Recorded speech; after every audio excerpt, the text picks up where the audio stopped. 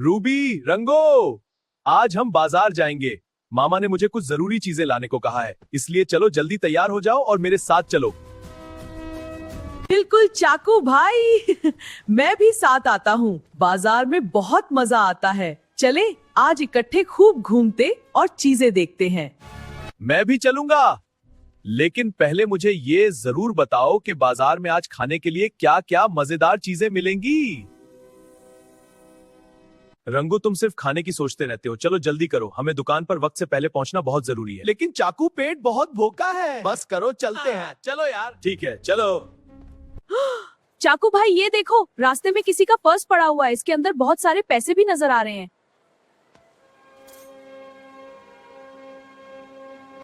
रुको, इसे हरगिज मत उठाओ। ये यकीनन किसी और का माल है। हमें फौरन इसे ढूंढकर असल मालिक को वापस करना होगा। लेकिन चाकू भाई, यहाँ कोई भी नहीं देख रहा। अगर हम ये पैसे रख लें तो शायद किसी को कभी पता भी ना चले। नहीं रंगो, ये गलत है।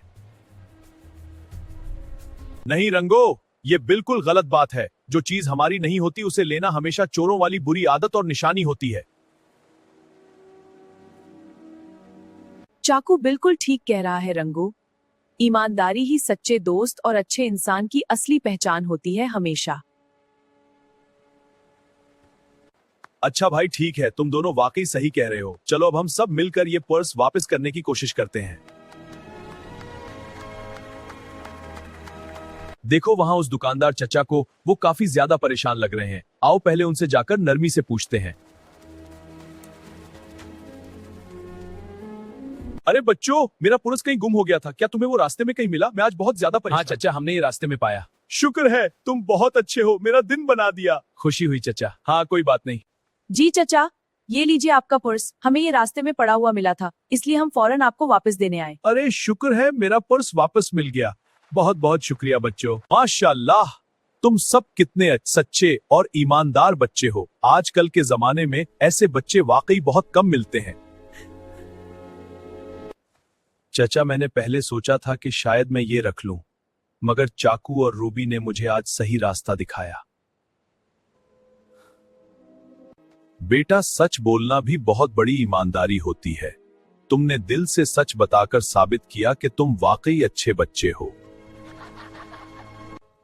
चचा, हमने कोई एहसान नहीं किया, ये तो हमारा फर्ज था, क्योंकि हम हमेशा सही काम करना और सच बोलना चाहते हैं।